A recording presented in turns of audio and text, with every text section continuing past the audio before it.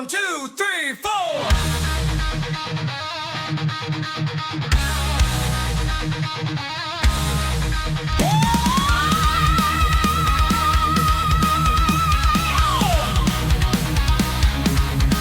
From the city lights to the country blue, Woody and Lou got the sports for you.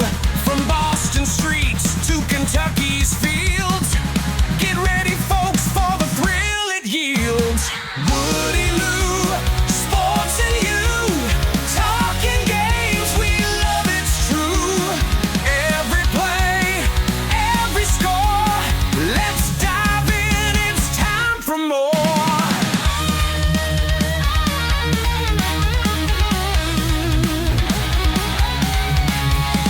Lacing up the boots and calling plays, debates and laughs for all the days.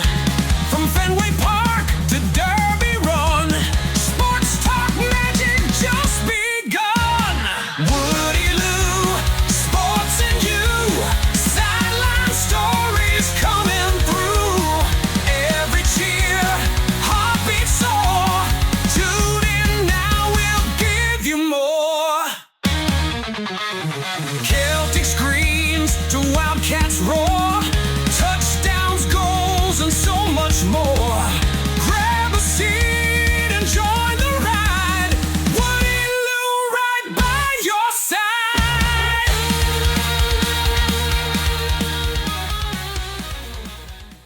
The views expressed by the hosts are their own and do not necessarily reflect the official policy or position of the Department of Defense, the U.S. government, or any of its agencies. The information provided is for general informational purposes only and does not constitute legal advice. No attorney-client relationship is formed by providing this information, and nothing herein should be relied upon as legal counsel. For legal advice specific to your situation, please consult a qualified attorney. Oh no. This is not a good start. I lost. We might have to start this over. I don't know where the Lewis men are. What just happened? And I wasted a good pop on that. Well, welcome everyone to episode 38, the Mad Hatter returns for UFC Freedom 250 and the FIFA World Cup. It's just me. It's Woody solo.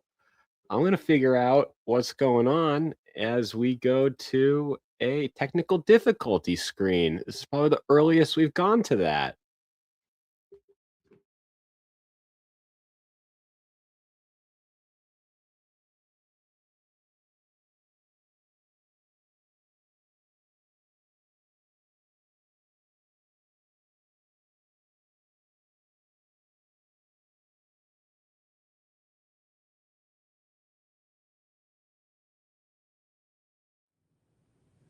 Okay, we are back live for episode 38 with the Lewis men, father and son. Welcome back to the Mad Hatter himself, Mr. Chris Lewis. It is great to see you, gentlemen.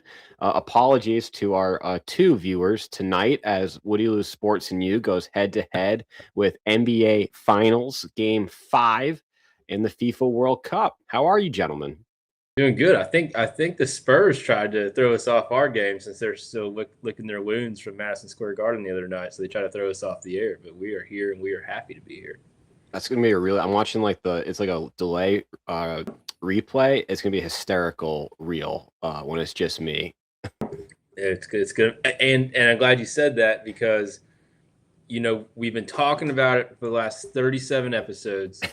All we need is to have. Once we get shorts and reels, we'll be to the moon. And I finally had enough time on the toilet to get on AI and discover a way for AI to make reels for us. Paid the $20, swiped the company card, and we now have reels. So we thought, now that we have the reel capability, we had to bring the Mad Hatter back for an episode to get as many hot takes and clips possible for the viewers on Instagram, Facebook, and TikTok. Well, gentlemen, thank you for having me back. Still waiting on my proceeds check from the previous time I was on. I guess checks in the mail, as they say. But looking forward to another great episode. And as Wemby being the dirtiest player in the NBA right now, maybe he took a swipe at us at the beginning there. So we're ready to rock and roll now. That's a great intro into our first topic. Woody Lou Sports and you going head to head with the NBA Finals Game 5 with the New York Knicks, an opportunity to clinch for the first time since 1973. What you got? No, it's just a complete who's who, right? It's became a circus up there in New York City with everything they have going on with all the Taylor Swifties and her friends are there and Tracy Morgan. But yeah, the Knicks down up to 29 points in the first half against the Spurs the other night, and they came back and got the 1-point win. It was funny because we were sitting there on the couch. I was telling Kaylee, so the cool thing about the NBA, like basketball is a game of runs, but like in college, this game would be over. But I told her, I bet this is still like a 6 to 8 point game. I obviously assumed it'd be in the Spurs' favor, but way to mishandle the bag and give it up to New York City. And I'm so happy, so happy for Taylor Swift that she was able to watch her Knicks get that victory. Now, did you see what's going kind of viral right now? Ben Stiller's interview with the NBA Live guys, Charles Barkley, saying that all those celebrities that are courtside, they actually don't pay for those tickets. Apparently, Dolan or Knicks ownership just gives who's who free tickets. What do you think about that? I think it's crazy. I saw. I heard that there was like pretty much a lottery essentially where they knew who their true fans were, the Spike Lees of the world, and then there's pretty much a system from what allocated you first row versus second row versus third, fourth. But no, I didn't know that Ben Stiller's getting them for free. I just assumed that he paid his $1 million, which is be like us paying $5 and call it a day. Yeah, he was asked how long he's had season tickets for, and he's like, "Nah, I've never had season tickets. I get these for free." And there's been an uproar. And rightfully so. The Mrs. Mad Hatter sent me a couple videos of people coming into MSG, and then a reporter asking them how much they gave for tickets, and it was anywhere from $750 up to $60,000 for tickets for an unemployed man. We haven't figured that out yet, but obviously the government is rolling fine if we've got people on unemployment buying $60,000 tickets. And the good thing was I think it was Tracy Morgan. He got interviewed and they talked about how he was a real fan and all that. He was like, "I'm a fan." He's like, "The real fans are the people in the top row, the very top row." Which, granted, the people in the top row still probably paid at least $5,000 for those tickets. So maybe the real fans are the ones in the bodegas watching it outside on TV with 20 other dudes. But at least they did share some kudos and some self-awareness that they might be a little privileged as far as where they get to view the game at. Now, what did you think of our commander-in-chief, President Donald J. Trump, making it to the game and causing the outdoor watch party to be canceled? Well, here's the thing. I think President Trump's birthday is on Sunday, I believe. My birthday is on Tuesday. And, a lot of people in today's age, you get a birthday for the month, at least the week. So let's just call it's his birthday week, concluding on Sunday. So, you're the president of the free world and you have He's a New Yorker. Event. You're a New Yorker. You've contributed to the skyline of the beautiful city of New York. You have you have your main event on Sunday with the fights. Why can't he go and watch the Knicks and ruin the viewing and party pleasures of thousands and hundreds of thousands of people within multiple block radius? Yeah, I think that's right. I think also him being there, I think contributed to maybe some of the raised ticket prices as well. So, that's just part of the pomp and circumstance. Obviously the security and safety of the president obviously comes first, but I think he had every right to be there as a New Yorker, number one, and the president in a stage like that. I think it would be remiss if he didn't take that opportunity. Now, it would be nice, from what I hear, allegedly, he also took that opportunity to get some R&R and some eyelid maintenance too. So I don't know how. Hey, whenever you can catch Z's, right? Mm-hmm. Now, this begs the question, and we talked about this many episodes ago when yours truly went to his beloved Notre Dame Irish playing in the national championship game at Mercedes-Benz against Ohio State. Now, that ticket price that I paid was never disclosed. That's a well-kept, locked-up secret. What would you gentlemen pay for a ticket to, let's say, University of Kentucky basketball championship game? Where's it at? That matters a lot. Ooh. If I'm completely honest. Yeah. Like, okay, so for example, and let me break Okay. that down. Let's say Kentucky's playing in the basketball national championship in a city like Atlanta, Indianapolis, New Orleans, Southeast proper, maybe Yep. Midwest. I would pay what I would consider a good deal.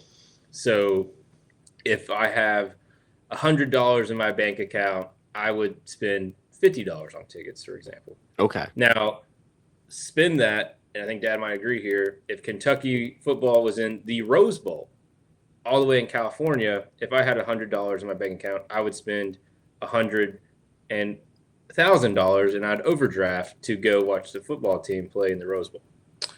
Yeah, totally concur. So much to the fact that me and Mrs. Hatter flew from another country to see Kentucky football play in a non-BCS bowl game. So I have definitely expended some capital to see them, and I think he's right. I think it depends on a lot of different factors for the basketball game. I'm looking, if you were just looking at brass tacks for a national championship basketball game, I'm not going over $2,000 a ticket. And it can't be like That's the price point. nosebleeds or anything like that either. I'm not just a $2,000 to get in. I've got to at least be able to see numbers. And you know, this might be sacrilegious for a Kentucky fan, but I would rather spend bukus of money in the very top row to watch them play in the SEC championship in football than have Okay. lower bowl seats for national championship in basketball, if I'm being completely honest. Okay. We're getting some comments in the chat. Miss Amy Lewis, Mrs. Hatter, looking cute, Mad Hatter, with heart eyes. Obviously. Nice hats from producer Kaylee. And all caps, max out those credit cards for the Rose Bowl, baby, from Mrs. Hatter. I would do How do you feel anything. about that, Mr. Hatter, maxing out the credit card? You know, out of the two, she's probably the more physically conservative. So if she's saying that, I say let it ride. She's the banker, so that's Yeah, improved. Yeah, that's like, you know, the GPC has gotten an increase with you know, we've actually run the credit check on the GPC. We're not just doing the 5,000 and letting it ride. When you PCS, you know how they'll put your government travel card in that special status where it's like, yeah, you can max it out. There's mission no interest. critical. Like, yeah, mission. You'll get it. We'll get the payment when we get the payment. That'd be like what you'd have to figure out if we're going to Pasadena. Which I'm telling you right now, and I'm sorry to segue away, but speaking of Pasadena, I went on a substantial rant last night that our men's soccer team was playing in Inglewood, California, and not at the Rose Bowl, which I think would have been the far superior location. Well, they wanted to get that, you know, show off SoFi Stadium, that brand new mecca of football that's in Inglewood, California. It's in Inglewood, California. I know. Okay. Inglewood. Yeah. So this actually, again, we're going to stay on topic. We do have our ticker topics, our script schedule, so to speak. But I picked up on something. So Mrs. Hatter is she's the banker, the fiscally conservative one of the Lewis household.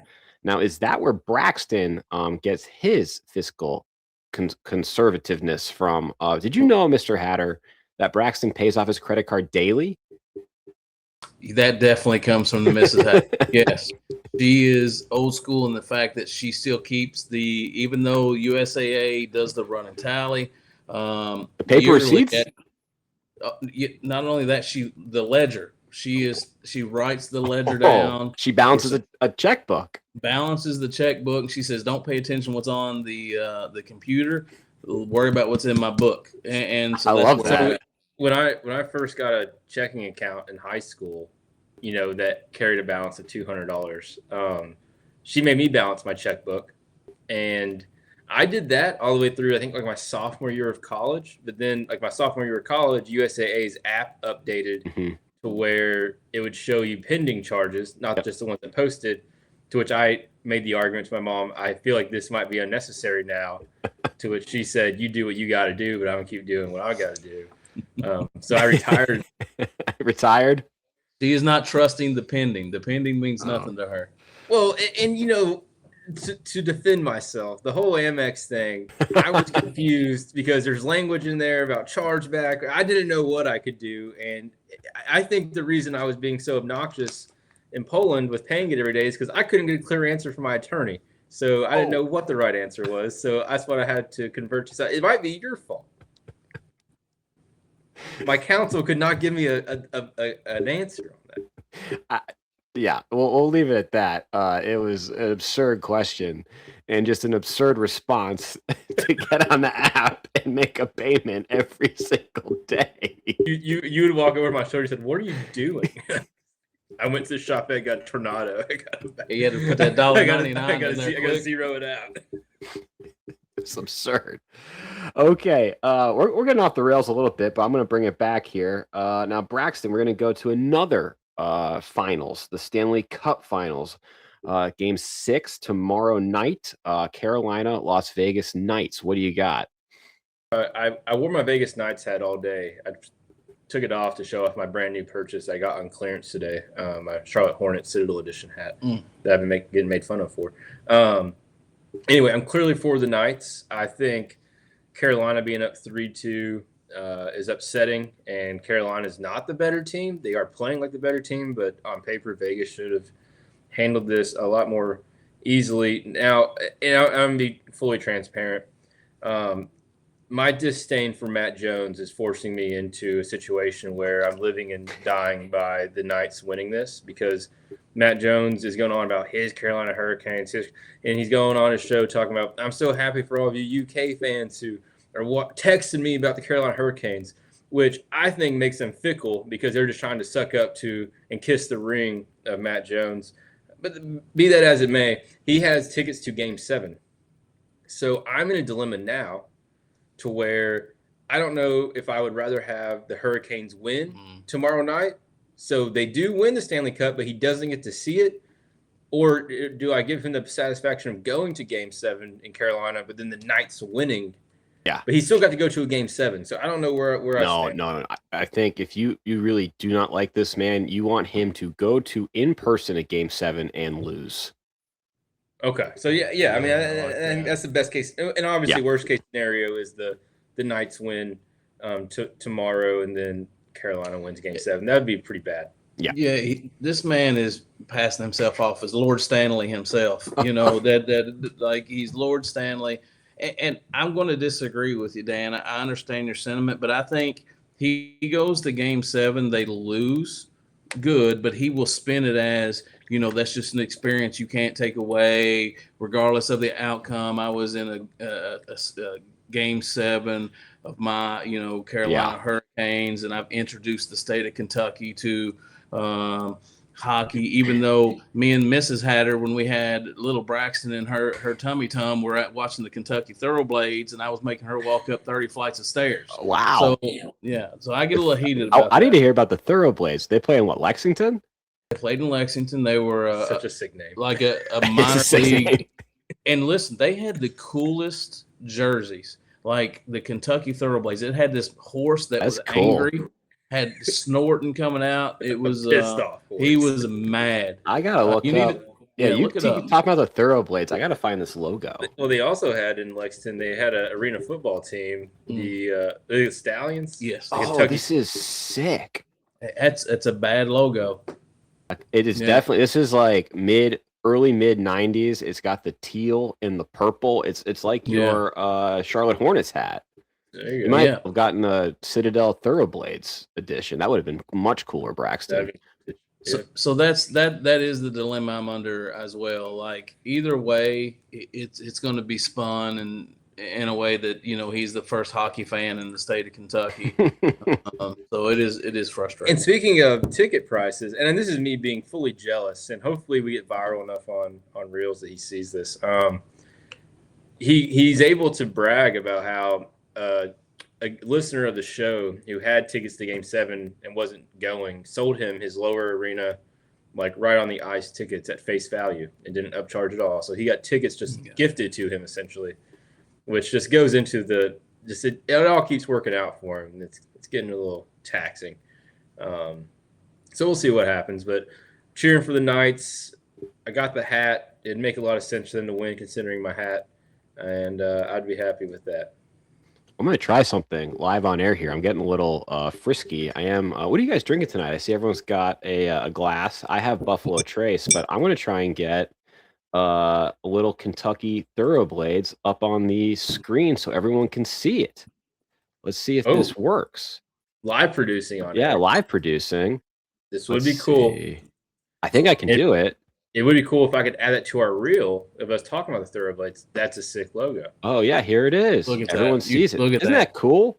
That is like just unreal. The purple and green is a color scheme that I don't think we'll ever see again. No. At top level. I got to take it off now because we're going to get DMC, whatever it's called, DMCCA'd.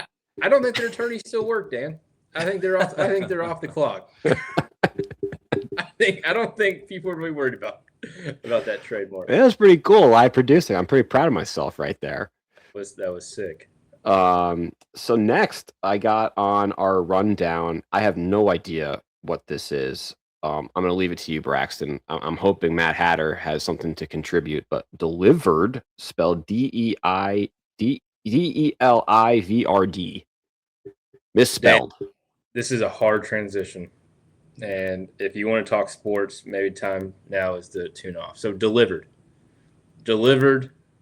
owned and operated by Tommy McCullough. Tommy McCullough of North Carolina. This is a company, Dan. Are we giving free ad space? This is a free ad space, and I don't care. I will advertise him forever for free.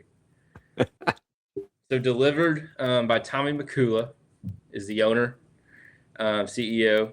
It's a business now of about at least 8 people doing what he does. Also has like attorneys and support staff. But essentially what this guy's done, he was an F&I finance guy. He was the wizard in the back of a car dealership, a Subaru, I believe. So he was the finance guy for a Subaru dealership. He gets fed up with the whole car buying process.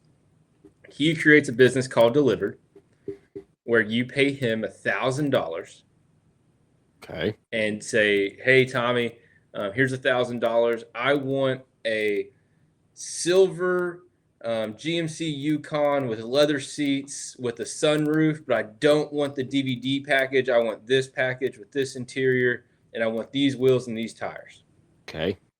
And he says, okay, you give me $1,000. He now calls every dealership who has this exact vehicle that you want, and he gets you the best deal possible. He does all of the negotiating, all of the back and forth with the salesman. He gets a price out the door / sales price that he is satisfied with, at which point he calls you to finalize the deal and sign the paperwork. Now, I need to paint this full picture for you, okay? Okay. He has a YouTube channel that I discovered, and I knew immediately that my dad would love it, so I sent it to him, and he is also now addicted. He goes live on YouTube Tuesdays, Wednesdays, and Thursdays. He posts his videos of him calling these dealerships live on air. Okay. And on YouTube, and shows the negotiating process of him talking to these sick. salesmen across the country. Okay. And Dan, I am so infatuated. It's gotten to be a problem. I was at work this week and I got the ding at like 3:00 that he was live. I stopped what I was doing. I turned him on live at my desk, and it got to the point, Dan, where I'm hearing him call these dealerships, looking up stock numbers and stuff, that I had to stop what I was doing, and I started pulling up stock numbers so I could follow on live air in real time of the vehicle he was discussing with the salesperson. And the output of all this, Dan, is this guy is he really good talker, phenomenal talker. Okay. He's quick-witted, kind of dry. Yeah. Kind of a you know what, but like Okay. he's working to get the best deal, and the back and forths he has with salesmen are the most priceless, amazing thing. And Tommy from Delivrd is right now my favorite person on the interwebs. So that's Delivrd, and I think you need to check him out. Yeah. I know Matt is all in. Yeah, just an unbelievably entertaining, YouTube. I'm trying to show videos to my granddaughters, and Tommy's popping up. They're wanting to see T Swift, and it's a problem. But the way he is able to back these salesmen into a corner to get to a point where they are unable to carry on a distinguishable, conversation is just unmatched. He really does get down to the brass tacks and calls them out on their stuff because he does have the experience. But if anything else, if you're in the car buying like mode, I would even recommend him just for education. And he's educated me, and they always say walk away from the deal. This guy really gives it to you and makes you show like the things you think you're getting a good deal in a car lot is just all smoke and mirrors. Dan, Yes. He's posted one video where he was working this deal. He makes a salesman so mad, and he's working like he's calling like 5 dealerships at a time, like working them. And he made a salesman so mad that while he was on the phone with another dealership, the salesman called him and left a voicemail calling him a little B word, cussing him out, that he's slimy, he's this, he's that. Wait. The car salesman is calling Tommy that? Calls Tommy because he got so mad after their conversation, calls him B word, all this stuff. Tommy calls back and was like, hey, got your voicemail. And then the guy was like, hey, that wasn't right. Like, emotions got the better of me. And Tommy said, hey, man, it takes a big guy to apologize. I appreciate that. So check it out. This dealership just got me to $3,200 sales off of the sales price. If you can get me at $3,500, let's go ahead and sign this thing. Made the deal, Dan. That's fantastic. The guy who just got done calling him a female dog, he makes the deal because he's just like that. No, I'm going to check this out. I'm excited because I am soon to be in the car market. My Mazda, it is. This will change your approach. Getting the job done. Absolutely. This will change your approach. Okay. Tenfold. And I would like to ask you a question, Dan. Yes, Mr. Hatter. Right now, give me a visual representation of what you think this guy looks like, based off what we've told you. Describe him. I think he looks like, you've seen the Mighty Ducks, right? Mighty Ducks 2. He looks like Wolf the dentist Stenson, the Iceland coach. That's what I'm thinking, like the back, the greasy hair. Okay. 3-piece suit, greasy hair. Yeah. I need you at a proper time to take a look at this individual, if you would like to. And I want you to think, is this who we just described? Type in, and I think Tommy to me, Delivrd. Makula. Yeah, Tomimikula. Oh, he spells his name. He doesn't even spell it right. Tomislav. Tomi. Yeah, Makula. Oh, whoa. He looks like who's that guy? He looks like Seth MacFarlane, the creator of Family Guy. With glasses. Yeah. Yeah. Is he in a wheelchair? No, he's probably sitting down. He does it from his house. He says, I got to get off here. I got to go make the fiance a grilled cheese or whatever the case. It's unbelievable. There was an article. Now think about this, Dan. He charges $1,000 a vehicle, right? Yeah. I think it was business.com or some like reputable, business media did an interview with him. Okay. He's been doing videos of this for like the last 2 years. He started the company maybe 3 years ago. You know how much he's making in sales monthly right now? 1,000 a car, sales, 15 mil? Said he was netting about $250,000 a month. So revenue, not just sales. Yeah. Okay. I was way more. Because well, I can't do the math on top of my head, but yeah, but if you have 250,000, call it 250 cars a month, or no, that's 2,500 cars a month. Mm-hmm. So it's crazy. You got to check him out, and then that's going to lead us, Dan, into court coming in session. I need you to gavel us in. I mean, 1 second. I'm going to get court will be in session. But what I want to say about this website, Delivrd, what I appreciate, it has the entire team, and then under each team member, it lists their dream car. I think that's pretty cool.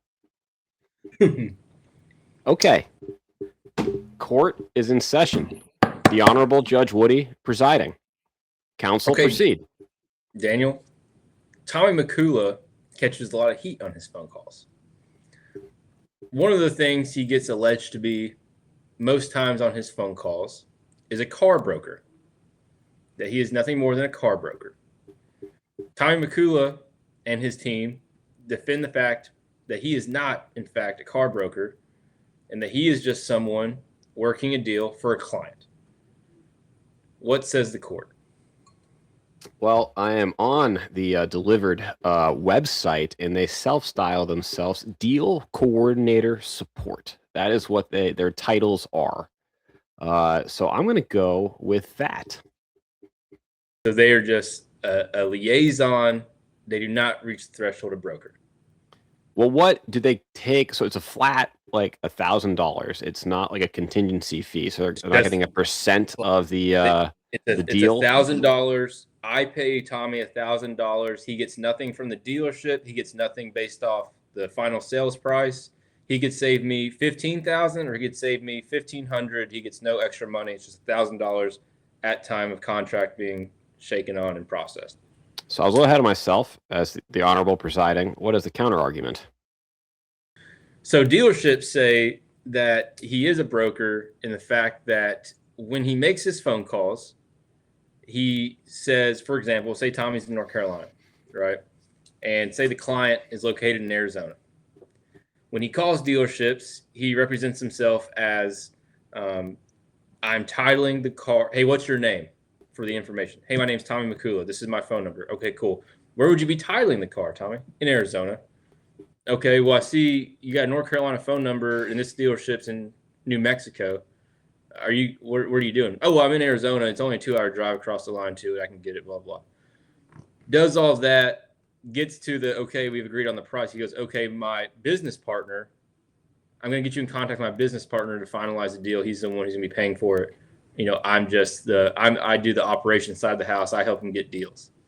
They think that's him misrepresenting the situation and that he is brokering the deal instead of just being a friendly negotiator on behalf of the client. Now, is that in violation of any like state law or business practice? Like what he maintains the fact that two things. One, he says he has a team of attorneys that he pays. He said most of his expenses monthly are to his attorneys that he maintains. He says that given the fact that, one, the FTC has ruled aggressively on dealerships recently about misrepresenting prices and all the things they lie about, that him as a consumer saying, hey, I'm a professional golfer, or I'm a professional baseball player, or my business partner, that should make no difference in the deliverance of a fair sales price, since MSRP is not binding. And if they were giving preferential treatment based on who he is, that's not fair anyway. So he is protected under that, essentially. I guess from my standpoint, like, what's the difference between me and you going to a dealer and you negotiate on my behalf and then I buy you dinner afterwards? Well, yeah, I mean, you're like the person's still writing the check. Mm-hmm. Like if the dealership says we're going to sell the car for this price, it shouldn't matter. I see him as the concierge person at the hotel that's getting you maybe into a show or something, you know, that you just give a tip to. Say, hey, I'd like to have tickets to Wicked on the front row, and it's sold out. Can you work me a deal? You know, that's kind of the way I see it. And what I don't like, what you mentioned, Braxton, is these car dealerships looking at the area code. We're in the military. Like, we move all over the place. I have a Massachusetts area code. Of course, when I'm making a call in Tennessee, like, yeah, I'm from Massachusetts, but I'm going to title it in Tennessee. So that's, to me, that is poor logic on the part of the car dealerships. It is kind of like on its face, like when you first brought up like what he was doing, I was like, oh, he's a broker. I think, you know, I'm on Tommy's side, and the only I've done extensive research now. This has been a rabbit hole I have gone down deeply. And what Tommy has going for him as far as brokers is typically a car broker is an established profession, and essentially for a broker, the way he describes it and the way that he's different is a broker could be hired by the dealership, and the dealership could tell the brokers, like, hey, we have these lease deals going on right now. Like, sell people on these lease deals, a little better rate, a little lower monthly payment. They do it, bada bing, bada boom. Or, like that. Or, That's or a broker, for example, I'm a broker for Toyota. The guy I'm working for, he wants a new RAV4. He says he wants his payments. He's worried about payments, not out the door price. He wants his payments at $500 a month. Okay. Well, I work this deal with Toyota, brokering the deal. We find out that his payments are going to be $410 a month, $90 better. But I already know my client wants the $500 a month, and he's going to accept the deal. So then I restructure the deal, reconfiguring the $90 back into his payment monthly, which is money into my pocket by the restructuring of the broker. So they are benefiting from the sales price of the car. Whereas what Tommy does is, like I said, he takes $1,000 up front. Doesn't matter if he saves you $30,000 on the car or $0 on the car. He only gets $1,000. What's the issue? Does like states like did they require like do you need like a certificate or a license? No, if you watch the videos, Dan, which I think after mentioning this to you, you might go down a rabbit hole tonight, and it's a rabbit hole that you will be deeply invested in.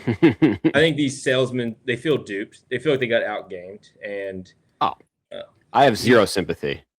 Ruling, not a broker. And I'm telling you, if you are in the car, dude, he's gotten me to the point, Dan, where I'm like looking up. I want to call a dealership and just use his approach to see what price I could get with zero intentions of buying. I cannot wait.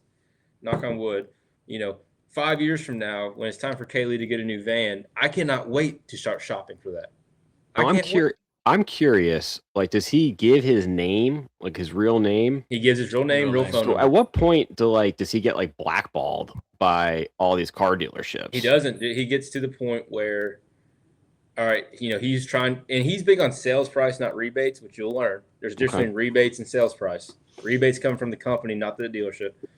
But he's like, hey, I know I got these rebates, but I want $2,800 off the car, off your sales price.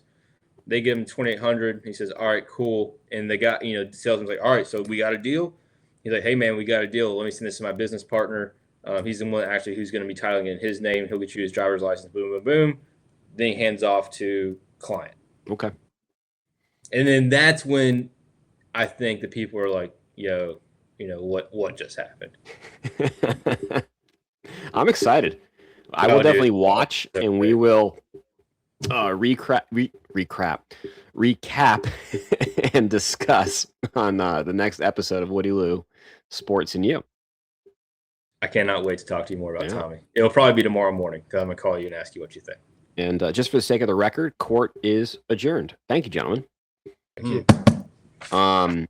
We're jumping around a lot. Went from sports to Tommy and Delivrd. We're going to jump back to sports. We had this, and I just missed it. I'm a little off my game as a host this evening, thrown off by doing a show on a Saturday night. UFC Freedom 250 on Donald Trump, our president, commander-in-chief's birthday on the White House lawn tomorrow evening. Gentlemen, what do you think about Freedom 250? So I think the idea that during the World Cup, when we have all these countries discovering America, discovering Buc-ee's, Waffle House, Wendy's, Frosties, Cracker Barrel, all this stuff, I think the idea that in the middle of the World Cup, on our most sacred infrastructure on the U.S. soil, the White House front lawn, we are hosting hand-to-hand combat. I think at the core of the hand-to-hand combat with the Nitro Circus and Travis Pastrana doing backflips on a dirt bike, right there where the most important decisions in the free world are made, I think that is objectively cool, and I'm for it. Mr. Hatter? Yeah, I think it's unbelievably smart. If there's one thing, obviously we're apolitical here in this, I would assume. Yes. One thing our current president is very, very astute at is being a salesman and being someone that is able to come up with these grand events and really put them out to the public. I do feel in his mind it's a way to give back to America, and let's not get it twisted. Him and Mr. White are pretty close buddies. I think that makes a difference as well. But I think you look at it, had it been another sport with other presidents, I think it would have not been an issue either. If maybe President Obama was there and we're playing a an NBA game, or something like that, there's no issue. I think the timing of it is impeccable, like Braxton said. I look forward to it. I know there's some pushback here or there from some people, but I think it's going to be an unbelievable event. I hope the fights are just as good as what the president's comments are going to be. I can't imagine what he's going to be like. It'll be an entertaining event, we'll just say. I'm super excited. I think it's a really fun card. I'm not a big UFC guy, but we got some big names. And then the main event is going to be awesome. Ilia Topuria and Justin Gaethje. It's going to be awesome. And I think having the event on the White House lawn, that's such a cool venue. And it's a kind of a throwback to when the White House was real. It was like the people's building, because a little history lesson here. You look way back in time, like the early 19th century, when President Andrew Jackson was elected. His like inauguration party was open to the public, and they were just tapping kegs, drinking, beer, wine, whiskey. Anyone could come in to the White House, and I like that it's an event for the people. Yeah, it's well documented. Big Bill O'Reilly fan here. Shout out Patsy for providing me a lot of Bill O'Reilly books. But in Killing Lincoln, it talks extensively about how just normal it was, even when Lincoln was president, for the president to return to the White House, and as he's walking to his room, dodging drunken citizens who have gotten drunk at the local bar and wandered into the White House to sleep for the night in the hallway. Yeah. And that was just kind of a thing. And because it was the people's building. And, I was getting some tattoos today, and my tattoo artist is a huge UFC fan, and he is largely excited for this. And he was talking about how a lot of his coworkers were asking him how he felt about it, and he was talking about how excited he was and how they were kind of not excited for it. And all I have to say is, I think a lot of the upsetness about it is just because it's Trump doing it. And kind of my approach to how I describe it is, if you like Trump or don't, that's your business. But Trump's not bigger than the country and the flag and the White House and all these things. And kind of like Dad said, if a president that maybe you don't necessarily love their policies, if he has any sporting event as a sport guy, I'm all in. You can't, and so when you combine the White House, which is like the architectural depiction of America, and coincide that with a sport, especially a combat sport, I'm all in, and I'm really excited for it. And there's only one group of people who I think can be upset about this fight, and Careful, that is Braxton. there's only one group of people who can be upset, and that is the White House landscaping department, because I saw the bill that's being fitted, I think, by the UFC for the reconstruction of the lawn after it gets torn down. And I'm gonna go out on a limb and say a $750,000 fee/budget for reconstructing the lawn is not going to be light work in any capacity. And I think those guys have a right to be in the meeting when they're discussing it and be like, oh my gosh, because they worked hard all year, and just to see that stuff get laid down, they're like, oh my gosh, I've been working so hard on this. Spin zone, though, that's job creation, right? And security. You're not getting let go. We're gonna take some time to get this back in order. No, I think it's all. I mean, if it wasn't for like security considerations, like I think it's awesome having like live sporting events at like monuments or like on the White House lawn. Like I would love if they had like a baseball game on the White House lawn or the mall. Like if you had as like behind the backstop, the Lincoln Memorial, like how sick would that be? It's so cool. To bring a little comedy to this, I do think our administration or the current administration missed an opportunity. I'll be careful here, and we may have to edit this. We are live, Mr. Hatter. Just to remind you, this is a live show. How we don't have a Maduro versus the horn guy from January 6th as part of the call. Oh no, did I lose the Lewis man? Oh no. Just in the middle of his joke. Well, I think that they'll probably be coming back here in a little bit. Daniel, No, you're wait. we're here. We're here. Yeah, We're you're here. back. You're back. No, it cut out just at the punchline of the Maduro joke. Maduro and Jan 6 protester get pardoned match. The horn guy. Whoever wins gets pardoned. We fly Maduro back to Venezuela. Winner if he goes wins. home. Winner goes home match. Wait, are you talking about the QAnon shaman? Yes, yes. He comes out with his horns. He's got his vest on. Is this like a modern day like Colosseum gladiator like fight to the death? Absolutely. We'd have it'd be sanctioned. Absolutely, Mr. Hatter says. We'd do physicals. Did you see though? Speaking of running into buildings you have no business being in, the walkouts are apparently going through the Oval Office. No, I did not know that. That's awesome. That's intel that I got from my tattoo artist, Chris. Okay. And he's reputable. He said that the walkouts, they're going to film them. They go through the Oval Office, circling it to get to the lawn. To which then I said, like, can you imagine as an American fighter, like you're an American fighter going through that, the adrenaline in that fight? Like it would have to be just crazy. The adrenaline you'd have walking through that office, going into the cage where you're about to. It has to be a fight to the death.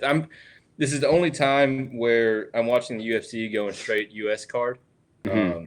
I think regardless of who you prefer, at least for me, I gotta go with the flag on all these fights. What's interesting is every fight has at least one American, except for the first undercard, Pereira, Gain, Brazil, France. That should have been an American in every fight. That's a miss right there. But I think that'd be a good fight. Yeah, I'm excited for it. We're taking family photos around when the card kind of starts, but I think we'll be home in time for the majority of it. So I cannot wait.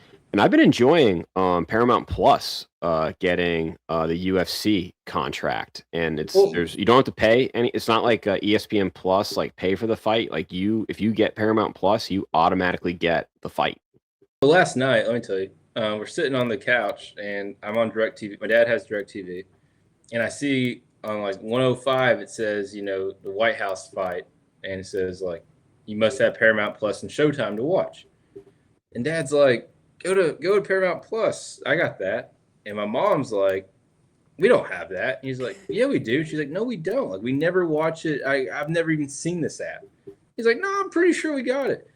Dude has Paramount Plus with Showtime, and like we're just going to find it, and just all these shows, and Mom's just like, we have all these shows, and we're just paying for it, don't even know it, haven't watched it. Bar Rescue that's the reason we got Paramount Plus. I'm still big, Mr. Hatter, on yard sale rescue. I think that there's a market for yard sale rescue. Yes, and maybe we get so big that we bring Tommy on to do some like, hey, I'm going to give you $3.25 for your clothes hamper with clothes in it. Like we would negotiate some stuff. Absolutely. I think we got to bring in the Tradio guys to do like the yard sale, like the recon, like how like John Taffer sends in the people to do the bar recon. Well, Delivrd the closest thing you're getting to Tradio in 2026. That's correct. 100%. Yeah. Sorry, I can't get off Tommy. Some of these salesmen he talks to, you're like, they don't want to eat this month. The way they're trying to talk to this guy. Like they're okay starving to death instead of selling a car. I'm excited. Now, pivoting a little bit from UFC Freedom 250, this was a conversation that I was listening to on my Boston sports radio, 98.5, the Sports Hub, the like basically 24/7 radio station, local sports.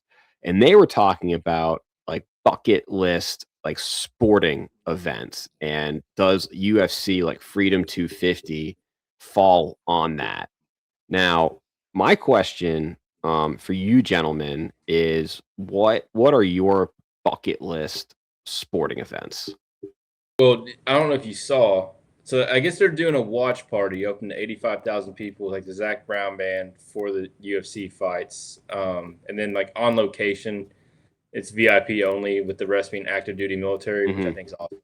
as Yeah. long as you're within height weight standards. They, So they tape you as you yeah, come in. as you go in, you get tape tested, and actually tape's not allowed. You have to pass the regular. They're not gonna let you in. But and they can check an AFT card. She got 80 in each event. Anyway, this I'll tell you this. It's not a bucket list, but I think being on that lawn with the band and all, just like the America, that would be so much fun. Like I would have so much pride. It'd be anyway. As far as sports bucket list, Dan, we've already hit on mine. My bucket list is to watch Kentucky Wildcats play in Pasadena, California, because not only is it the game, it would be. I'm big on the parade. I love the parade. I can't miss the parade. So I'd be there for the parade. It'd be the whole thing, and my daughters would love it. So there's one for me. 2 would be Kentucky in the SEC championship. And if I had to do a third, it would be getting to watch the Braves win a World Series in person. So whatever game that is, if you could plot me into that game, if they actually clinch it, that'd be my third. So that's mine. Red Sox Game 7, Fenway Park, World Series.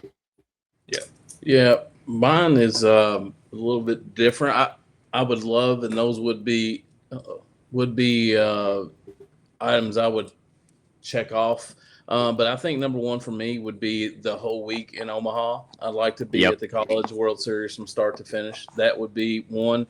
And it's embarrassing to say as a Kentuckian, but I want to get Mrs. Hatter to this event, and that's the Kentucky Derby in a nice box seat to watch that. That would be number 2. And then oddly enough, a weird one for me, number 3 would be to have a nice bass boat and go watch the Bassmasters Classic. Bassmasters Classic, the first one of the year. So those 3 would be mine. I like that. That's awesome. If I'd have an honorable mention, and this one's definitely feasible, before I die, and I hope Kaylee's listening, I want to go to the Daytona 500. Yeah. There's no reason we can't. It's accessible. It's not overly expensive. I would like to go to the Daytona 500. And I'm happy you brought up the College World Series and Omaha because we are going head-to-head against them fairly soon. Texas, Georgia, in Omaha. Just gotta love Woody Lewis Sports and You going live with these major national sporting events and international with the World Cup. Yeah, we're not afraid of anybody. We're not scared. No, we're not scared. That's right. We got to watch the Citadel play in the regional down in Georgia Tech, and got to watch Oklahoma and the number 99, that Cade Rocker, whatever his name is. Got to see him pitch, and ironically enough, Oklahoma played very poorly until about the 4th inning against Citadel in the elimination game to go to the championship, and they have hit a stride that we did not foresee ever since. But the Citadel played them really close in the first game. Georgia Tech, they were the 2 seed. I can tell you why they were the 2 seed, Dan, because in their stadium, if you hit a routine pop fly, it is a home run. Sounds like Fenway Park. I've never seen a ball fly. Like you hit it in on the hands, and it looks like it's gonna be a 250 fly out, and it's a 400 ball. So it was wild. Now I'm happy you brought up you guys going to the Super Regional in Atlanta.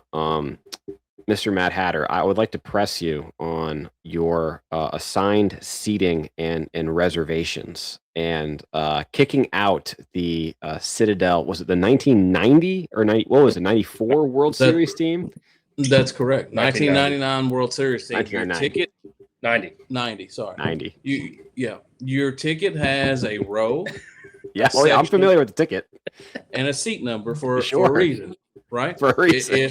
If they did not want that on there, it would say general admission seating. GA. I pay for a service. I expect the service. I want where I said I'm supposed to sit. They want to come up with these willy-nilly rules. Why don't I just go on the field and watch the game? I mean, there's no stopping it. Where does it stop? I'm out there umpiring, calling balls and strikes. I'm calling timeout, pulling pitchers off the mound. There is no reason for anybody to be college educated at these events not to sit in their assigned seat. Okay, so would you go remove Adam Sandler from his seat? No, listen, I played at Kentucky. No, I'll say this. I agree with what he's saying about your seat is your seat that you pay for. Yes. There's a financial transaction that provides you the seat. Yes. But context is serious here. and this is just the best part. I understand what he's saying when it comes to first pitch, or at least I'll give him national anthem. But my favorite part about this is the tarp is still on the field. We're an hour from first pitch, and he's like, there's people in our seats. I'm like, well, Dad, the game don't start till 50 minutes. The whole place is wide open. I got a problem with that. That's like they could hang out until at least the national anthem. I think national anthem's the cutoff. It's like, all right, dude, you got to find your seat. But I appreciate the fact that tarp was still on the field. The pitchers haven't even got their uniforms on yet, and he's like, you gotta go. Yeah, you gotta leave. Here's how serious I take it, Woody, is that my son, who I know I won't see, once they move PCS for a while, was literally within 20 feet of me in another section. And Mrs. Hatter's like, there's nobody over there. Do you want to go sit beside Braxton? No. I was like, I don't have an assigned seating there. Like, I can look at him. We can do our head nods. He knows what I'm saying. I know what he says. But you also lose a lot of leverage once you kick people out and then you go to seats that now they know. Oh, you've lost. Yeah. No, you can't do that. All credibility is gone. Yeah. I mean, that's just, to me, there's nothing. I would honestly get a reservation to McDonald's if they would take them. I think that's the way society should be. I'm a reservation. Yeah. Dan, no joke. There we were. We're with my dad's best friend, childhood best friend, right? And he's like, and this guy does it big. This guy doesn't know small. He has to do it big. Gotcha. And he's like, let's go to a Reds game. I don't even know who the Reds were playing. But that's not. I'll remember. Over by the time we got there. I only remember one thing from this story. He's like, let's go to the Reds game. So we're driving up. Time now is probably 2.5 hours from first pitch. And he's like, let's go eat. And Dad's like, yeah, I guess we could grab something quick, before the game. That turns into Cheesecake Factory. Oh. So we go to the Cheesecake Factory. That's an interesting pregame choice. So we're at Cheesecake Factory with probably a party of eight-ish. And I'll never forget, we're probably, an hour from first pitch. And, we've all eaten. And I can tell in my dad's mind, he's like, all right, now it's time we got an hour. Tapping the foot. And then he starts asking for cheesecake samples to decide which cheesecake the guy's going to order. Doesn't even look at the dessert menu. He wants samples His first. face is as red as the S in Woody Lou Sports and You. And he is beside the guy orders cheesecake. I'll never forget the sprint as we're walking into the Great American Ballpark and you can hear the national anthem. And he is beside his seat that he paid for. I am notorious. You can't go to the bathroom. You can't go to the concession stand or anything prior to scouting and getting to your seat. Once you get there, set up 360, then you can send out your elements to go get your class 4, whatever you need. We ain't got time for doing all this stuff. Now, I'll also say this. I like that. I'll say this about his loyalty. He is loyal, and he is big into seat structure. So there we were. I was probably in, what grade was I in? I don't even know. Not third, not second, maybe first grade. I don't know. I was young. First grade-ish is when Barry Bonds was chasing home run record. Mm-hmm. They were playing it in St. Louis. They were playing on a Tuesday. And I think he was a home run or two away from breaking the record. And he pulls me out of school. It was a day game. Is me, him, and one of his work buddies. He had 3 tickets. We drive to St. Louis, make a 2.5-hour drive. While we find our seats, which I don't even remember where the seats were. I guess they were upper deck, maybe. Yeah. We're down there getting food, just me and Dad, not the third guy. And this guy approaches us hey, I have to leave the game. I have 2 right behind the dugout tickets if y'all want them. And we could have been right behind the dugout watching Barry Bonds chase home run record, but if he didn't have a third ticket, it was a nope. Can't do it. So and that's a good lesson. It's loyal. Can't break up the party. You know what I'm saying? We had what we had, and that's the way it goes. And that's better than him allowing me to get hit in the manhood area at a St. Louis Cardinals game and then being bruised. Yeah, that was not a good day. I have an impromptu fair foul prompted by this conversation. Now, what would you say if someone were to buy a ticket, a seat? So I have my box, my row, my seat number, but I never go to that seat and I sit on the rail. So this is at Nashville Sound. And there's the third base side is like a big like patio area. So you basically hold on. They got a ticket. It has a seat, has a row, and you go sit into basically a general admission area. Is that what you're saying? Correct. Fair. Absolutely not. You downgraded. It's fair. It doesn't know what happens. Imagine foul ball comes into. I'm trying to get a foul ball for my son, and then you got a person that ain't supposed to be in the area grabs it. You got a situation. You're taking up air that you're not allocated. That's right. You were not allocated that airspace. So I bought a ticket. I think I still fall into the bucket of general admission. Once again, you have a row, a seat, a section. That's where you should be. If you go to general admission, why stop there? Go down to the dugout. Give signs during the game. So at what point in a game are you allowed to move down? There is no moving down. At no point in the game are you allowed to move down. Me and you, Mrs. Hatter, had season tickets to Kentucky football, and we lost some bad ones. Think about me, you, and Miss Kaylee sit up there in the snow. We were getting against Charlotte. It was snowing, cold. There wasn't 10 people down in the first section, and they were like, "You want to move down?" Mm-mm. Nope, we're going to be up here in the cold, getting snowed on. It's a scourge on society when people don't.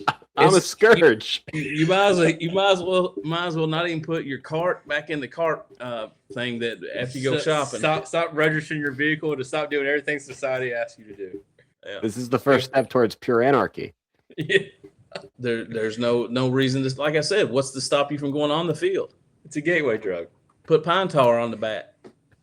I wouldn't mind taking some swings at the Sound game. Well, sounds like if you buy a ticket, you can. That's all you got to do there. It sounds like it's just every man for himself. Wild Wild West there. Wide earth, just roaming the streets. I'm happy Braxton said it was fair. I think you both said it was foul. I'm gonna feel real bad. I think the downgrade is fair because if, in theory, if someone was to get mad at you, you could say, "Hey, dude, here's this awesome ticket I have that's better than where we currently are. If you want to take that, since you're upset about it." Yeah. Well, that's good.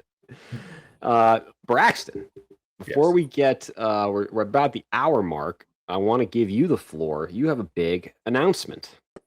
Yes, Dan, I do. Speaking of Tommy Makula from Delivrd, I had a revelation. Sure. I can retire in 13 years. And I can retire with full military honors, the paycheck, the VA, all the things. Health. But I got a problem. Okay.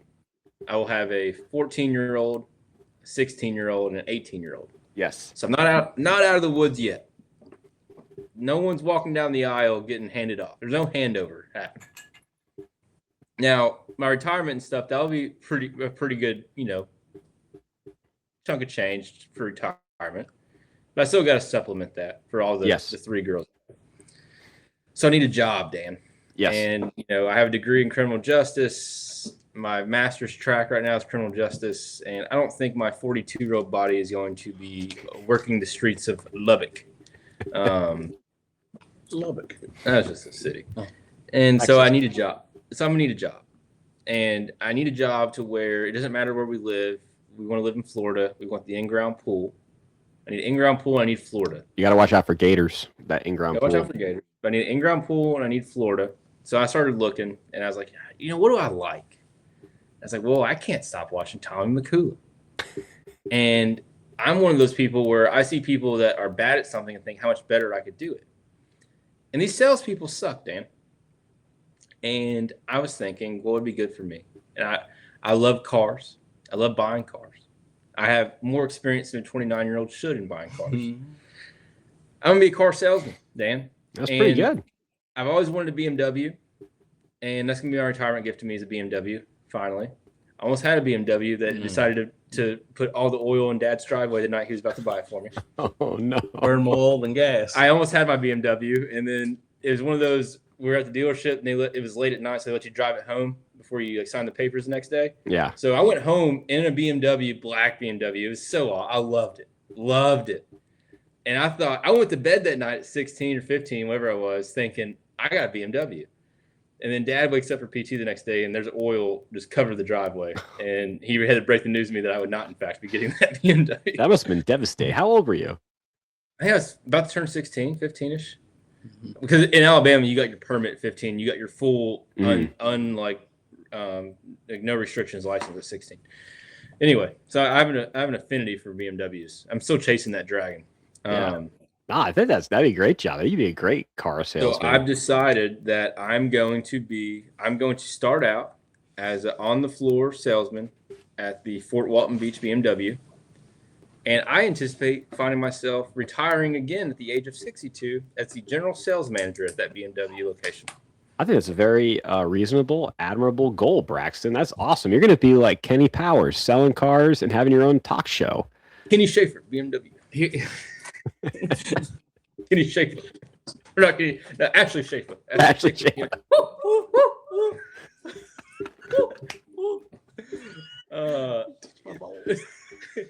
Get in them ribs. All right. Here's my retort to that.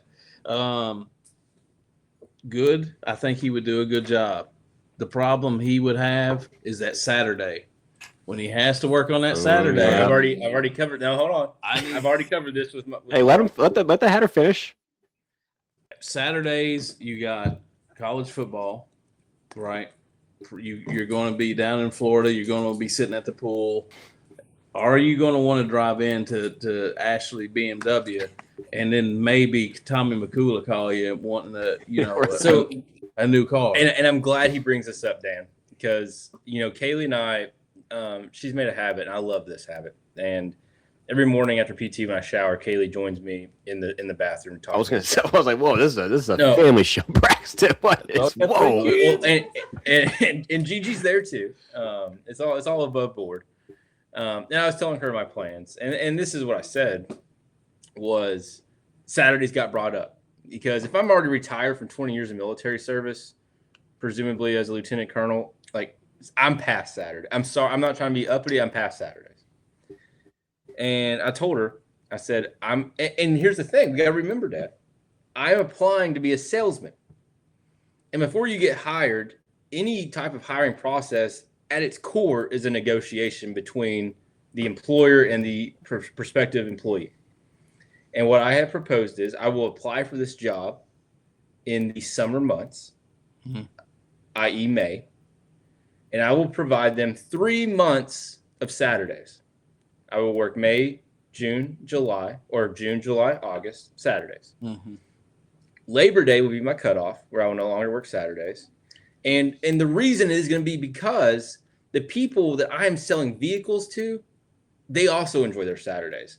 I will generate enough business to where I don't have to work Saturdays. It's not that I need to work. I will not have to work Saturdays. Me working Saturdays will take money away from the dealership, and it's not fair to them if I do work that Saturday. Here's what I'm going to say. That's like the elder saying, "I'll be your preacher except on Sundays from September through because I like no chance in France." I'm going to give them 3 months. And here's the thing I liked about the BMW place I applied to. I did start the application process to get the recon. It's 14 years, 14 year in advance. 13. It's important because it matters. We leave up that MedBoard process. Part of the application process for my Fort Walton Beach location, where I will be the general sales manager by age of 62, it asks you, after it asks your name, if you are a U.S. citizen, it asks, what's your desired yearly salary? So I know that they care about business and they care about making money, which I do too. So their values are in line with mine. I'm going to tell them how much I will, and whatever number I give them will be my minimal making. And I'm going to tell them, I think the real question here is, what do you guys cap my commission out? Because whatever the commission cap is what my yearly salary is going to be. So you guys can calculate that more easily than I can, because I don't understand what your commission cap is. But I can tell you that I'm going to move all the cars. And here's the thing, Dan. I told Kaylee this too. Like I said, I'm going to have 18, 16, and 14-year-old. So presumably Elliot will already have a car at 18. I'm going to have 2 kids in the market for cars. There's 2 cars sold. Boom. Yeah. Am I the one paying for them? Yeah. But there's 2 cars sold. And you don't think I'm going to be pushing Beamers and whatever awesome certified pre-owned vehicles we have to all of their friends and their parents? Yeah. I'm going to bring a network. And the thing about BMW is BMW is the most proud veteran active duty supporting dealership on this soil. And I'm going to be I'm going to be a veteran of the United States Army. I'm going to be near a Navy base, I believe, or Army base too, a joint base. I will be getting these young gentlemen and women who serve our country into cars as well as the private school kids that my daughters are going to school with. I'm going to be pushing cars. They will not. I'm going to tell them when they hire me. I'm going to say, now I need you to know you're going to have an inventory problem because I'm going to sell them before I can see them. Transit, on ground, getting created, they're sold. You're not ever going to see a car at this dealership because they are all sold, and they're going to be dreams that I am putting in driveways every single day. And for all our listeners on the YouTubes and Spotify, that is no official endorsement of a non-federal entity from Braxton Lewis, nor the Department of War. Thank you, Dan. Yes. That's why we got you. Listen, Dan, I cannot wait to sell you, Dan, your first BMW in 13 years. It'd be sick to have a BMW. It would be sick, right? How sick is that? Here's what's going to happen: that he'll be like, "I'm done with it." His first Saturday he works, he's going to be with some 45-year-old guy making about. What is going on? Dropped him again. No. Oh, they're going to come back. Oh, they're back. All right. Dude, Mad Hatter keeps trying to cook, and you keep going off air, dude. I think he's afraid of what I'm going to say. You there? Yep. Okay. He's going to be working a deal on a Saturday that Kentucky, Alabama, Elliot or one of the girls have a soccer, softball, dance recital. Wouldn't miss it. Match. He's going to be working this deal, and at the last minute, some guy that he thinks is the not very good gentleman is going to pull the plug on it, and that'll put him in a tailspin, and that'll be the wrap of that. Dan, instead of talking about the what ifs, I'm going to tell you what is going to happen.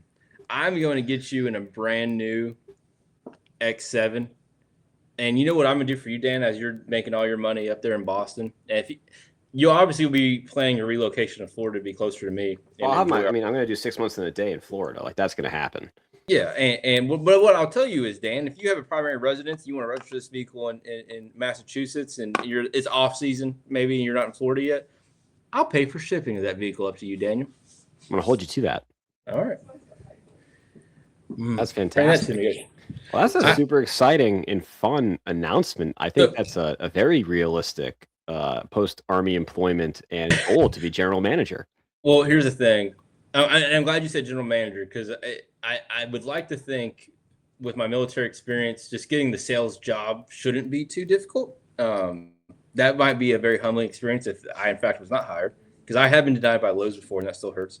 I got denied by Dave & Buster's. It was very disappointing. Yes. So, but my aspirations are to become the general sales manager and be the guy. But I'll tell you this, Dan, not only is it an announcement, I have already Grok AI my 13-year plan, which is giving me a year-by-year step of the stepping stones and the milestones and the gates in which I need to accomplish in order to, on the 13th year, the day I get my DD-214 in hand and I am no longer in the United States Army, how I begin this. Well, I've already begun it today. It's already started. But 13 years from now, when I first walk through that door in my beautiful black polo, my beautiful black alligator belt with my slacks and my awesome black on clouds, going to be on my feet, moving and grooving, just making deals. I know what I need to do. I'm going to know every insurance, every coverage, warranty covered by BMW, and I'm going to ensure that every customer's experience is phenomenal from the time that they decide they want to even look at a BMW until that dream is in their driveway and they're driving that to their next family vacation. They are covered by BMW's best warranty and guarantees. It's going to be a phenomenal experience, and there's going to be no better experience, and I cannot wait to see the smiles on these customers' faces, Dan. And what are you wearing for headgear? I picture you in a white BMW visor. So, Dan, I'm glad you brought that up. I told Kaylee this in the shower as well. I would be bald. I still don't understand this whole shower thing. we love each other, and I'll tell you this, Dan. You know, I'm bald already, so I'll be bald then too, unless money starts flowing and I find myself in Turkey one off season. But if I don't find myself in Turkey and I'm still follically challenged, I'm going to wear a hat because I'm being in Florida and I don't want to risk the melanoma. And I can already tell you what I'm going to wear, Dan, because my uniform is already the black polo, the black belt with like the white kind of white You're off like Gary Player. white off cream slacks. I'm not like Gary Player. And my black enclaves. I'm going to have a dark gray mesh back, black front trucker hat, BMW on like the right side, and it's going to be the logo. And then on this side, BMW of somewhere in here. And the thing about me, Dan, is I'm going out of pocket. I'm reaping into my disability benefit, bucket of money here. You buy a BMW or any used car from me, you're going to have that beautiful hat on your dash waiting for you to put on and wear just like your salesman. I would buy a BMW if I got that hat. Yeah, there you go. No one loves a hat. You just spent $45,000, you get a hat. That's how I see it. Golf cart, yes or no? Golf cart. Are you driving the golf cart around? No, I'm moving and grooving. You're walking. Knee is good by then, hopefully. It 900 degrees on a Saturday in July. But you don't want to know. In Florida. I'm going to have Callaway Blue water. I'm going to have premier water for my customers. Premier sodas. It's going to be cold. And then Kaylee tried to combat me. She said, no, Braxton, if you're just a salesman, I don't know if you're going to have this office. You're just going to have a little cubicle or a little table. She's right. I said, I don't need a space. Because when you come to my dealership, you're at home. The whole dealership is your home, and I am selling you this car, and you're going to have any amenity or any type of thing that's going to make you happy is going to be available to you, and I will see to it from the time that you walk in the doors until you drive away in that BMW 3 Series that you just had to have, and I needed you to have it because I know that's going to change your life and your perspective on life once you drive off in it. I feel like this segment, Braxton is going to cut and then send to BMW as part of his video interview. I think that's what all this was about.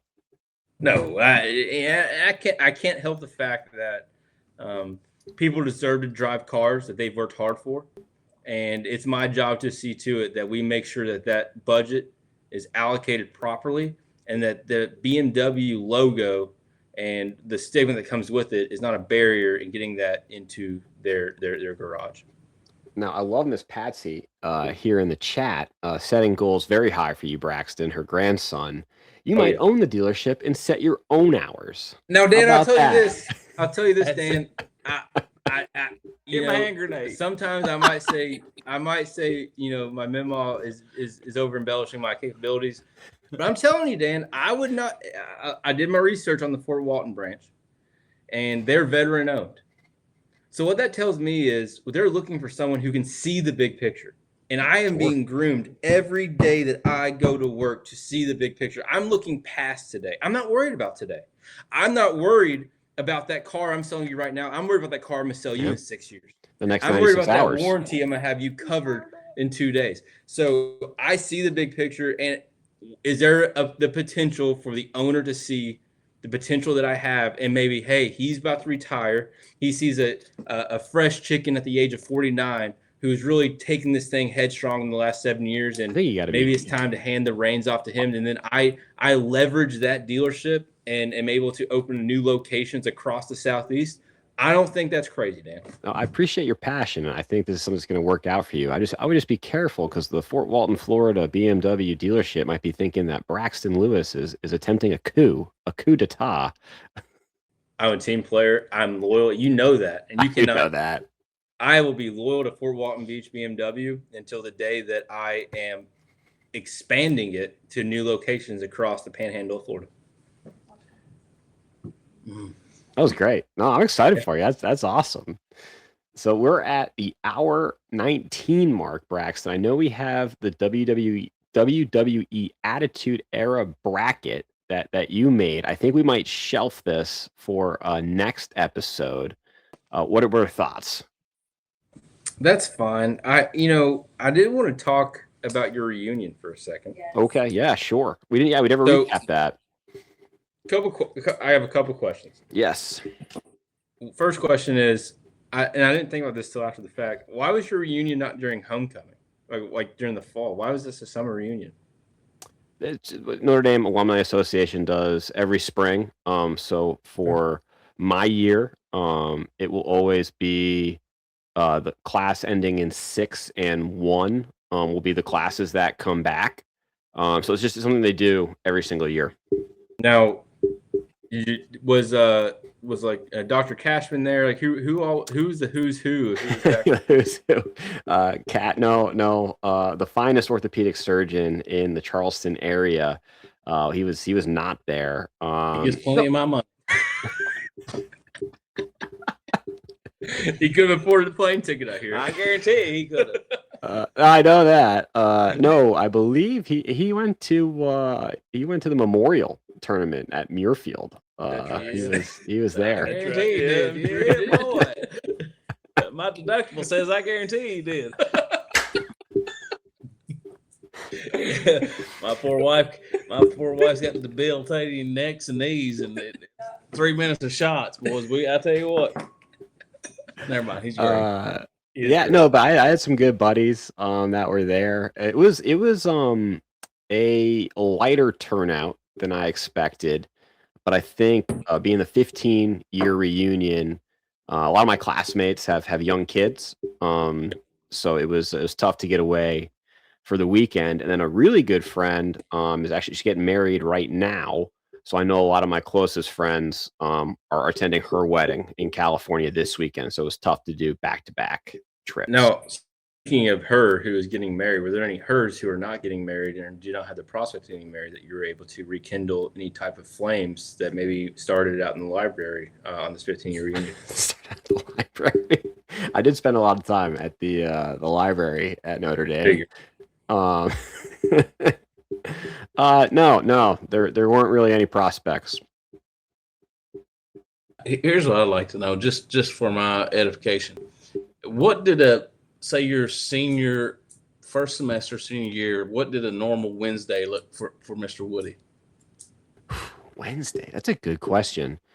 So I was a part-time student my senior year, and I was really just writing my capstone paper, my thesis paper. So I would maybe have like a class in the morning, then be in the library till probably like dinner time, like 6:30. Then I'll come home to the house with my 5 roommates, Dr. Cash included. And that's what already started then. Yeah, we would go to a bar, go to dinner. Okay. I think you spent more time on that Wednesday in the library than I did my whole 4 years in college. I spent way too much time. The only time I went to the library was whenever Kaylee was in town, and that's the one place I could meet her, and she'd bring me Chick-fil-A. I think that was once. Yeah. I'll tell you this, Dan, and this is the bone I had to pick with you. Okay. And I don't know if you did it, so I'm not going to be too aggressive. But your first day there, I was at work, and you know how service is at work. And you send me pictures of hats, of Yes. Notre Dame hats. And I was fired up. Yes. Yeah, you saw the hat zone at the Ham's Notre Dame bookstore. Of the hat zone, which absolutely rocks, by the way. I said, hey, I like this one. And you said, hey, this was just, what'd you call it? It was a pre-deployment, like train walk. Yeah. PDSS. Is a PDF, pre-deployment, whatever thing. Did I get a hat? Pre-deployment site survey. Site survey, that's what it is. Did I get a hat, Dan? Yeah. What's like, so I didn't know, am I sending it to Fort Stewart or to Fort Knox? Like, when do you PCS? I think, in all fairness, if you live on air right now, commit to providing me a housewarming gift in August and coming up and seeing me, then that would make the most sense. Let's do that. We'll save on shipping. Yeah. Now, did I get the fitted hat? No. Okay, that's good. No, I got you the 47. I got you what you said. Did the fitted hat say Irish on the back? No. Or did it have the clover? I don't think it has either. Okay, I asked that question. I didn't get feedback, so I was still curious. Oh, I'm sorry about that. No, I got you. I got you the first hat. The just no white trim, the solid gold. 47. Dan, I love you so much. I could kiss you. And as you can see, Dan, the hat doesn't matter. He this needs to be one of y'all's whole episodes. Dan got me this beautiful hat. Dan, thank you so much. And that's a true friend right there. Yeah. And I cannot wait to wear that when I support my Irish whenever Kentucky's not playing, which I know the Irish play a lot of day games and most of Kentucky's games are night games. So I'll be able to transition smoothly with no controversy to my Notre Dame hat during the day to my Kentucky hat at night. And I am so thankful for that, Daniel. And I'm sure, and I get to cheer on my former Irish quarterback Kenny Minchie as he wins games for the Wildcats. And as you can, once again, this needs to be a whole episode with his teams. And we go back to the salesman BMW. Mercedes would offer him a 10,000 more. He'd be saying the same thing about Mercedes. Man's got a Hornets hat on, loves the Magic. I don't know what's going on. Notre Dame's his number 2 team. He's been to one Catholic church that I know of in his life. And here we are. That's more than zero. And I'll tell you this, Dan. Let me tell you this. The hat zone rocks. And Hat zone is sick. If I thought I was on the fence of being a Notre Dame fan, seeing that they have a hat zone, over the edge. Completely put me on that side. If your bookstore has a neon light sign that says the hat zone, I'm all in. Now let me say this, Dan. We go today. I had to go to the bookstore here at Citadel. Mm-hmm. Mark Clark Hall to the ATM to get cash out today. And I walk in our bookstore, which is where. Oh no.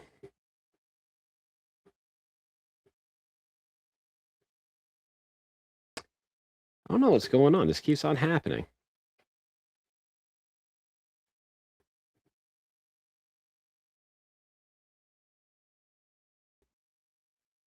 They're back. Are we on air? Yes. Are we live? Yes. No, you're froze with your hand up. You're back.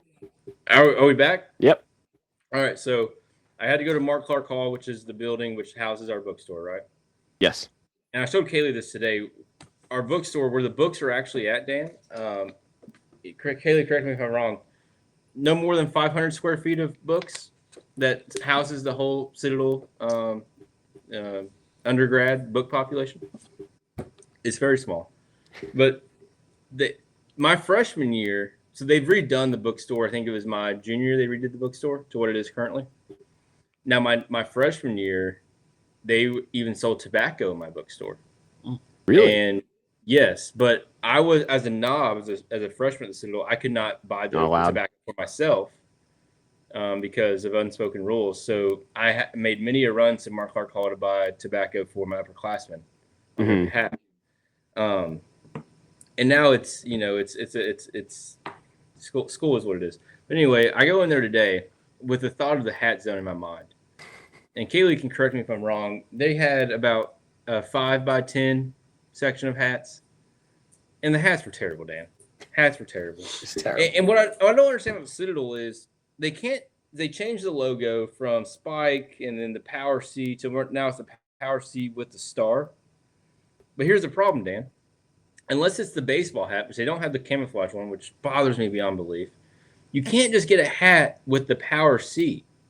Every hat they have has the Power C, and under it says the Citadel, which is like overkill. I don't need that. I don't need that. So we go back and we were looking at dog leashes and stuff for smoke, and I see a clearance rack in the very back.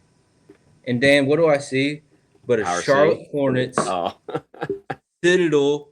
Citadel connection hat. And if you don't know this, the Charlotte Hornets did their summer offseason training at McAllister Fieldhouse, not 10 feet from me, where I've also put up shots at various times at night. It was on clearance for $19. So, and I am getting hate from my father for being a guy who likes sports, who purchased an on clearance hat of an NBA franchise in powder blue, Citadel blue, with the Power C on the side. Is that fair or foul? Because he thinks it's just beyond foul. Hold on. Let me ask you this question, Mr. Dan. If you had a Notre Dame on the side and it had a New York Yankees on the front, would you buy it? That's Absolutely different. not. That doesn't count. Well, it doesn't count. I don't have any beef with them. Hold on. I have no baseball beef team, with the Hornets. His baseball team's the red. You got a The NBA Magic, team. the Magic and the Hornets don't hate each other. Okay, Dan, I'll ask you this. No, okay, this is not even a fair question, though, because this is what I told my dad. The Citadel is an FCS school. So if you ever see a professional level team, NFL, NBA, MLB, with an FCS college on the side, how is that not an automatic purchase? It is pretty cool. That's pretty cool, right? Would you be more okay? And this is why I would prefer if it were like reversed, like you had the Power C and With then the the Hornets. Hornet was on the side. But- that would be much more acceptable. And you know my hat collection. I think we're probably in the 90s. What are we at now? We're at 90. We're at 90 something. I have a blue Atlanta Braves and UK hat, and now I have a baby blue, Citadel blue, Charlotte Hornets, and Citadel hat. How do you? It's $19. $19 is hard to turn down. So, and I'm just getting so much flack for supporting my small college on the banks of the Ashley River. That's It's because ridiculous. we don't know from Monday to Sunday what teams he supports. So in my truck right now, Dan, this is what I told Dad. I have these hats in my truck currently. I have the Charlotte Hornets hat, Charlotte Hornets. Las Vegas Knights, Georgia Tech, Goodness. awesome hat I bought, Alabama Crimson Tide, and Woody Lou Sports and U hat. So that's a pretty good. It's a pretty good fivesome. Got to support the brand. I appreciate you supporting the brand at the House of Mouse. Disney World. Yeah. Oh, I had a time at the House of Mouse, Daniel. Anyone ask you about it? Not on the show. I almost got in a fight with a man, an older man. Oh, that's a good. We're gonna put a pin in it, and we'll bring that up on episode 39. Are we on 30? Yeah, 39 of Woody Lou Sports and You. Mr. Mad Hatter himself, as always. Thank you for guest appearing on our show. Always a pleasure. Always a hoot. And to our award-winning listeners, producer Kaylee, Miss Amy Lewis, Miss Patsy. Thank you, as always, for contributing in the chat. Any final thoughts, gentlemen? I just want to thank both y'all for the opportunity to get back on the airways with you guys. It's always a great time to visit and to talk everything Woody Lou Sports and You. Braxton? I got 2 words for you. Sting 'em. Goodness gracious. Damn. With that, don't forget to like, subscribe, share, download. Thank you, everyone. Have a great rest of your Saturday night and enjoy UFC Freedom 250 tomorrow night. Enjoy. Sting 'em. You like Sting 'em.